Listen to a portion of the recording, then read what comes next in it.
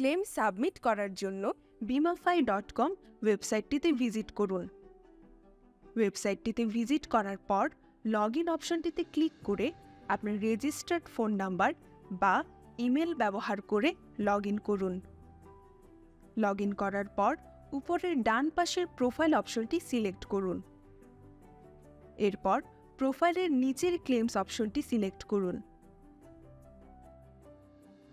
Claims অপশনটি select করার পর আপনি যে ধরনের ক্লেম করতে চাচ্ছেন তা সিলেক্ট করুন। এরপর আপনি যার জন্য ক্লেম করতে চাচ্ছেন তার নামটি সিলেক্ট করুন এবং আপনার প্রয়োজনীয় সকল মেডিকেল ডকুমেন্ট আপলোড করুন।